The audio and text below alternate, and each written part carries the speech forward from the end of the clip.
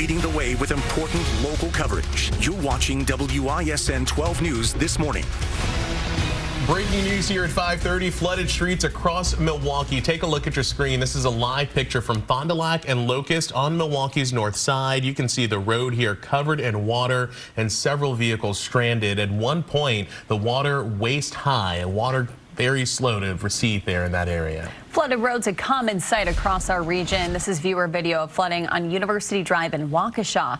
There's a lot of standing water out there, so be sure you're taking your time on the roads this morning. Before you head out the door this morning, we have live team coverage following the flooding. Zoe Henry is live on Marquette University's campus, and Imani Fleming is live on Milwaukee's north side. Before we get to them, let's start with meteorologist J.D. Rudd. J.D., we have another impact day today because the rain continues to fall this morning. Yeah, here in the morning hours, we have that rain coming down on the radar picture. The good news is this will start to taper off over the next couple of hours, and we will see things dry out as we head into the afternoon. But with that rain from last evening, last night, and here this morning, it has certainly aggravated the flooding issues that we have seen, and we'll check in with our crews here momentarily. Zooming in the radar picture right now, here's the bit of good news I can tell you for the greater Milwaukee area. The steadier rain is now peeling its way out of here over Milwaukee proper toward Whitefish Bay, Fox Point, Mequon, still raining, and probably will for the next half hour or so. Back farther south and southwest, it's just some light rain, if not finally drying things out, and that trend will continue as we go throughout the morning. Still, everybody under some form of a flood watch, if not the flash flood warnings that we have in place because of all the rainfall that we have seen in the short amount of time. Later on today, no severe weather, but tomorrow, more strong to severe storms, and then finally, we look to dry things out over the weekend and into next week. We'll chat more about it in Weather Watch 12. JD, thank you. Let's get you out the door with a check of traffic right now. Obviously, we've been telling you a lot of roadways are flooded. You're looking live over the stadium interchange on I-94.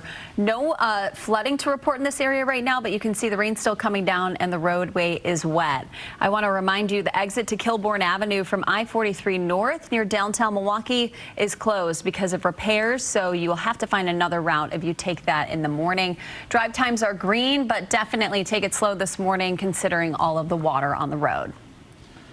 Flash flooding shut down portions of I-43 last night. This is what it looked like at one point at Chase Avenue at 4394.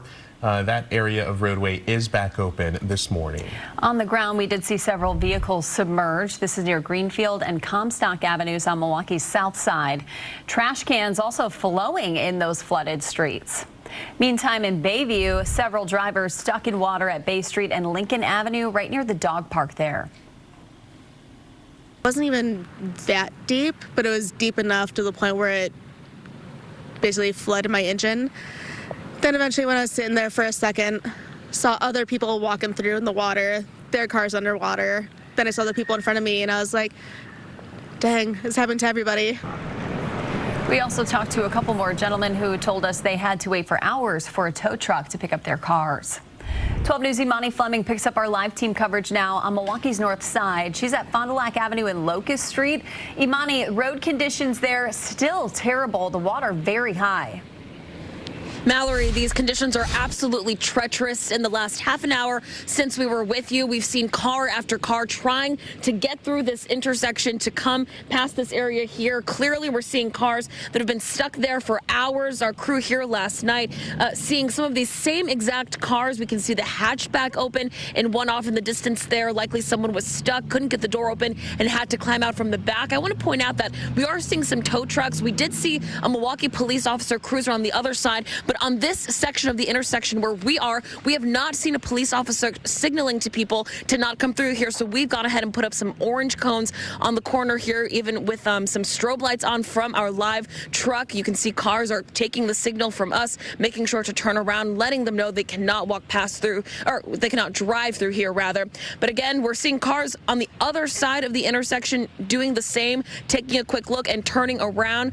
It is very important to never drive through these kinds of conditions. We've been talking to tow truck drivers here last night and this morning who say they've had to rescue several people, their cars, the drivers themselves. We even talked to a man today who says he rescued people who were trapped inside their car.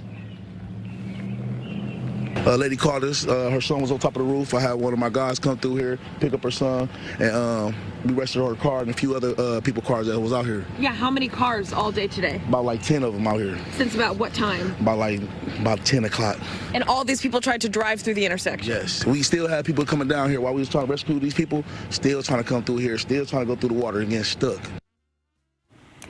Imani, drivers who spot flooded roadways like this really should report it to the city. They should, Mallory, and again, avoid them at all costs. You're going to want to call 414-286-2489. That number should be there on your screen. That will let the Department of Public Works in Milwaukee know that they need to address the situation. But again, we're watching all of the rain and all of the water flowing on the street concentrate in this intersection right now. It is extremely dangerous. We've seen some people waiting to get their own cars towed. But again, you should not drive through anything like this you see across the city of Milwaukee, especially here at Fond du Lac and Locust. Can be deceiving with the sun not up yet. You may not be able to tell that a roadway is flooded, so make sure that you are driving slowly and carefully this morning. Imani Fleming reporting live at Fond du Lac and Locust. Imani, thank you. 12 News' Zoe Henry picks up our live team coverage now from the Marquette University campus. And Zoe, portions of campus experiencing flooding as well. You're near 15th and Kilbourne. What is it looking like now? Yeah, Jaron, if you take a look behind me here, the street is still covered in water. You can see a little bit of street, but as you go further, you can't tell where the street begins. With all of this water here, it's flood waters. You see the silver car on the corner here that the front wheels seem to be leaning down some kind of incline. You can't really tell, again, how deep this water is. Overnight, this is what 15th and Wells looked like. Now, you can see here that several scooters try to skate or ride through here. It looks like they're even gliding across the surface of the water here. Cars even attempting to drive through. Again, reminder, that is extremely dangerous.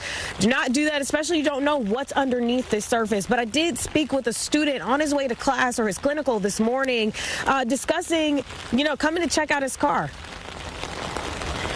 Was checking on my car, seeing if I can actually leave the street without, having a, because yesterday I was out here, it was up to like halfway up my knee, I feel like. So I wasn't really sure if I was even going to be able to get to my car.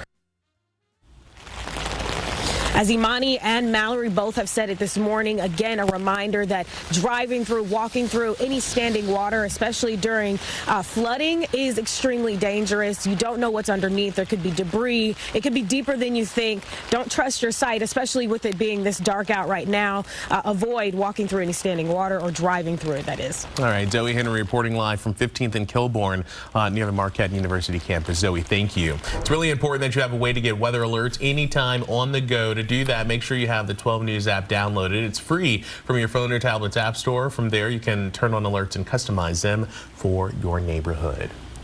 It is 5:38. More than 100 years of history and decades of memories gone in an instant. That's the reality for an East Troy couple who saw their barn's roof blown off in a second after a tornado hit the ground in southwestern East Troy this week.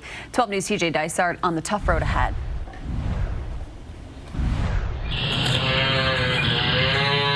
Just off County Road D in East Troy, this tree took a direct hit too. John Henschel has been picking up the pieces. So that this was part of the fascia, yes. This whole part came down. All while trying to process the unthinkable. What's kind of going through your mind when you look at this? It hasn't even been 24 hours. It was surreal that this really happened. His family's barn, more than 100 years old, destroyed by a Tuesday night tornado. The National Weather Service saying the storm produced 100-mile-per-hour winds. A thrust of air and pressure. John and his wife Maria hunkering down Tuesday night as the tornado went right through their path.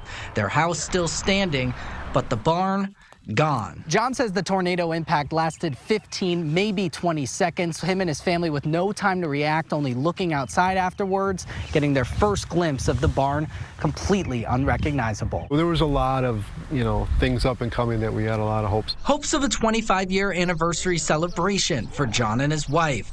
Decorative lights that once hung on the second floor of the barn for the celebration now dangle broken above the damaged roof. Probably the hardest thing for me is to see her just distraught.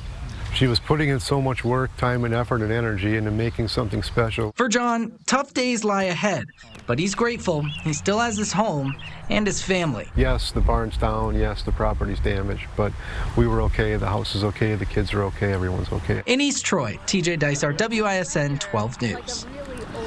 The family has started a GoFundMe to help rebuild. We'll be sure to link that story to link to that story in the 12 News app. In Racine County, a tornado Tuesday knocked down several trees and threw them onto cars and homes in the village of Waterford. One resident sharing these drone images with 12 News. Reporter James Stratton caught up with members of the National Weather Service surveying storm damage in Waterford. When we're trying to piece this together, we look at radar. Well, you know, was there a rotation? Do we have any debris signatures? Did we get any reports? Did anybody see anything? And then just following up with, is the debris right in the path for where the rotation is as well? So it's kind of like piecing it all together and trying to be like an investigator. They said they heard it sound like a train, you know, real loud noise, and then the house shook. And that's probably because of the trees falling on us. The National Weather Service says the tornado in Waterford had peak winds of 100 miles per hour. It's 5:41. Here's what weather conditions look right now over Milwaukee. You can see it's still rainy out there and the rain not letting up for a few more hours. JD Rudd tracking when we're finally going to catch a break. Still ahead on 12 News this morning.